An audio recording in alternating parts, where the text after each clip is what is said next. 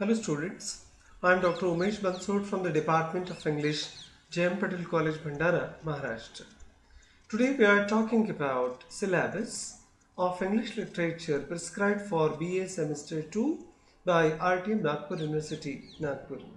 राष्ट्र संत तुकडोजी महाराज नागपुर यूनिवर्सिटी नागपुर द्वारा BA semester 2 के लिए प्रिस्क्राइब्ड इंग्लिश लिटरेचर के सिलेबस को आज हम डिस्कस करेंगे।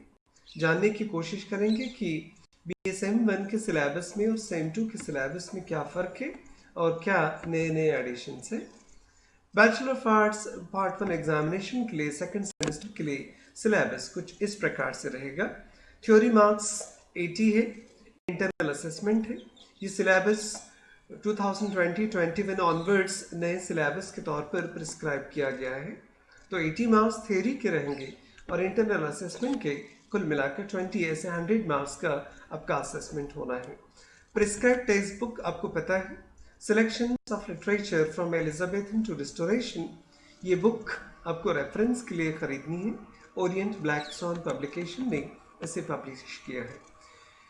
सेमेस्टर 1 में हमने मर्चेंट ऑफ वेनिस शेक्सपियर का ड्रामा हमने पढ़ा है।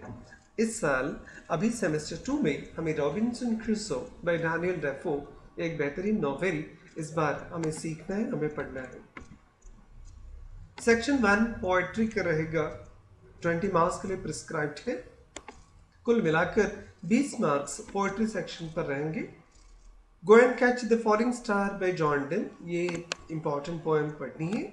मेटाफिजिकल पोएट्री के जनक के रूप में, सबसे बड़े पायनियर के रूप में जॉन डन को जाना जाता है। जॉन डन की ऑब्सक्यूर और डिफिकल्ट टू अंडरस्टैंड जो पोएम्स होती है, उस कविता की श्रेणी में go and catch the falling star एक बहुत इंपॉर्टेंट मेटाफिजिकल पोएट्री है। हम इस कविता को, इस पोएम को डिस्कस करेंगे सिलेबस में। मेटाफिजिकल पोएट्स की श्रेणी में दूसरा एक बड़ा नाम है जॉर्ज हर्बर्ट का। उनकी द पुल्ली, जो बाइबल के कहानी के ऊपर आधारित एक इम्पॉर्टेंट पोएम है, हम द पुल्ली को डिस्कस करेंगे पोएट्री सेक्शन में। तीसरे एक इम्पॉर्टेंट पोएम जो हमें डिस्कस करनी है, on is being arrived to the age of 23, John Milton. English literature के महान कवियों में जिस कवि का सबसे ज़्यादा उल्लेख किया जाता है वो जॉन मिल्टन है। पैराडाइज लॉस्ट, पैराडाइज रिगेन जैसे महाकाव्यों को लिखने वाले अमर कवि है John Milton.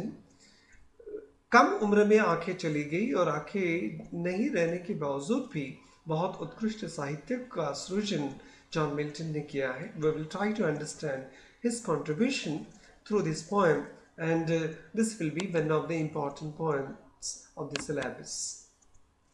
The fourth poem we will discuss, I pray thee send me back my heart, sir John Suckling की एक इम्पॉर्टेंट पोएम। कैवलियर पोएट्स की श्रेणी में जिस कवि का नाम इम्पॉर्टेंट है, उस जॉन सेकलिंग की एक इम्पॉर्टेंट पोएम भी हम डिस्कस करेंगे। सेक्शन 1 जो पोएट्री का हमें डिस्कस करना है 20 मार्क्स का, उसमें अगली कविता, अगली पोएम है द ग्रास हॉपर, अब्राहम कॉले की। Abraham Cowley also is one of the important poet of the English literature. And अगले जो कवि है, next poet, to the memory of mister Oldham by John Dryden. Satire की दुनिया में अलेक्जेंडर पोप के साथ अगर दूसरा कोई नाम सबसे ज़्यादा लिया जा सकता है तो वो जॉन ड्राइडन का है। क्लासिकल सटायर्स को लिखने का श्रेय जॉन ड्राइडन को इंग्लिश लिटरेचर में जाता है। उनकी एक important poem to the memory of mister Oldham को हम इस साल पढ़ेंगे।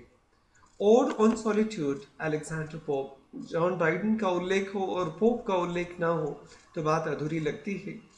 अपने आप को सटायरिस्ट के रूप में स्थापित करने वाले ये दो बड़े महान कवि है। अलेक्जेंडर पोप का रेप ऑफ द लॉक सबसे फेमस सटायर समझा जाता है। ओड ऑन सॉलिट्यूड ये एक इम्पॉर्टेंट ओड अलेक्जेंडर पोप का हम इस साल सिलेबस में डिस्कस करेंगे। सेक्शन 2 प्रोज सेक्शन के ऊपर डिवाइडेड है, ये भी 20 मार्क्स का होगा। पोएट्री सेक्शन 20 मार्क्स और प्रोज सेक्शन 20 मार्क्स, इस प्रकार से ये डिस्ट्रीब्यूशन होगा। सिलेक्टेड एसेज जो है फ्रांसिस बेकन के, एसे राइटिंग के पितामह के रूप में जिनको जाना जाता है, फादर ऑफ इंग्लिश एसेज भी जिन्हें कहा जाता है, फ्रांसिस बेकन को important essays sir Roger at the club, Sir Roger at his country house, Sir Roger at church, Sir Roger in town, इन अलग अलग एसेज को हम 20 मार्क्स के लिए पढ़ेंगे। सेक्शन 3 एक इम्पॉर्टेंट सेक्शन होने वाला है। आपको फर्स्ट सेम से ही लिटरेचर के अलग अलग प्रकारों को पढ़ने का, अनुभव करने का मौका यूनिवर्सिटी ने दिया है। हमने पहले ही सेमेस्टर में शेक्सपियर के मर्चेंट ऑफ वेनिस को हमने पढ़ा। इस बार हम रॉबिन्सन क्रूसो, जो डैनियल डेफो का एक इम्पॉर्टेंट नॉवेल है, उसको हम डिस्कस करेंगे। रॉबिन्सन क्रूसो जहाज में सफ़र करने वाले और एक आइलैंड पर खो जाने वाले एक नाविक की कहानी है। रॉबिन्सन क्रूसो किस प्रकार से वहाँ सर्वाइव करते हैं, किस प्रकार से वहाँ के लोगों के साथ वो एडजस्ट करते हैं, इस बेहतरीन कहानी को डैनियल डेफो ने लिखा है। एक प्रकार का सटायर है। बाइबल की महत्ता को स्थापित करने के लिए डैनियल डेफो ने रॉबिन्सन क्रूसो की कहानी को लिखा और इंग्लिश सुपीरियरिटी को दिखाने का प्रयास भी रॉबिन्सन क्रूसो ने इस नॉवेल के माध्यम से किया है। हम पूरी कहानी को सिलेबस के तौर पर इस साल डिस्कस करेंगे। सेक्शन 4 जो इम्पॉर्टेंट पार्ट है, लिटरेरी फॉर्म्स और लिटरेरी टर्म्स को 20 मार्क्स के लिए हमें डिस्कस करना है। इस साल हमें स्टैंजा फॉर्म को फोकस करना है। Heroic couplet, blank verse, free verse, terza rima, Chaucerian stanza, ottava rima, Spenserian stanza और बर्न स्टैंजा, ऐसे अलग अलग प्रकार के स्टैंजा फॉर्म को हमें डिस्कस करना है। फिर ये डिस्कशन हमें मदद करेगा heroic couplet, blank verse, free verse को समझने में, और ओटावा रीमा, टर्सा रीमा जैसे नए प्रकार भी हमें सीखने को मिलेंगे। लिटरेरी टर्म्स की श्रेणी में एक्सपोजिशन, हाइपरबोल, इडियम्स, इमेजरी, लॉरिट, लिरिक और मैलोप्रोपिज्म, ऐसे अलग अलग कॉन्सेप्ट भी हमें समझने की कोशिश करनी है। चलो पेपर पैटर्न को भी समझ लेते हैं। सेक्शन 1 क्वेश्चन पेपर में पोएट्री के ऊपर आधारित रहेगा। क्वेश्चन 1A में 1 लॉन्ग आंसर क्वेश्चन आने वाला है जो पोएट्री के ऊपर बेस्ड होगा। उसमें इंटरनल चॉइस है आपके पास, एंड आउट ऑफ 2 दो में से कोई तो भी एक आपको क्वेश्चन सॉल्व करना है जो 10 मार्क्स के लिए रहेगा। तो कुल मिलाकर क्वेश्चन 1 का पहला ही क्वेश्चन पोएट्री के ऊपर आधारित है, 10 मार्क्स के लिए आपको सॉल्व करना है। Question number 1B also is important sub-question.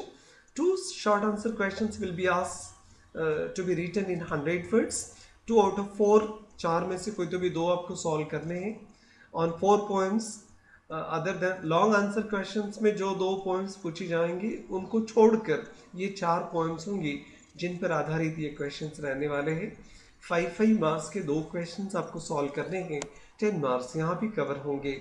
कुल मिलाकर सेक्शन 1 पोएट्री के ऊपर आधारित A और B, ये क्वेश्चन 1 के दोनों ऑप्शंस 20 मार्क्स को कवर करेंगे। Question number 2, 4 short answer question based on prose. 4 short answer question से प्रोज के ऊपर आधारित है जो एक बेकन के एसेज हम पढ़ने वाले हैं। उसमें 100 वर्ड्स में आपको ये आंसर्स लिखने हैं। चॉइस आपके पास है, इंटरनल चॉइस, और 5 मार्क्स के 4 क्वेश्चंस आपको अटेंड करने हैं। Again this question will carry 20 marks. Section 3 is important and it will be based on novel. Question 3A, 2 long answer questions on novel out of 3, 3 में से कोई तो भी 2 आपको लॉन्ग आंसर क्वेश्चन सॉल्व करने हैं 200 वर्ड्स में, और 20 मार्क्स कवर होंगे, 10 मार्क्स ईच क्वेश्चन। इस प्रकार से question number 3A will carry 20 marks. Question number 4 will be based on literary forms and terms. इसमें 3 short answer questions आएंगे A में, out of 5 में से 3 आपको सॉल्व करने हैं based on literary forms। जो अलग अलग literary forms हम डिस्कस करने हैं, स्टैंजा फॉर्म, उस पर 50 वर्ड्स में आपको आंसर्स लिखने हैं। कुल मिलाकर 15 मार्क्स कवर होंगे, 5 marks each for each question, and 3 questions you have to solve it will be the question of 15 marks. And question number 4 will 4b will be based on 5 literary terms out of 7. 7 अलग अलग literary terms में से कोई तो भी 5 आपको solve करने हैं, 1 मार्क ईच। इस प्रकार से 5 मार्क्स यहाँ पर आप कवर करेंगे। इस प्रकार से कुल मिलाकर 80 मार्क्स का आपका थ्योरी का क्वेश्चन पेपर और 20 मार्क का इंटरनल असेसमेंट। इस प्रकार से आपको ये एग्जामिनेशन के लिए सेमेस्टर 2 में आपको प्रिपेयर करना है। Thank you very much. Let's hope that this discussion will help you to understand the syllabus of BA Semester 2 of Rashtrasant Tukadoji Maharaj Nagpur University prescribed for 2020-21 years onwards. Thank you very much for watching this video.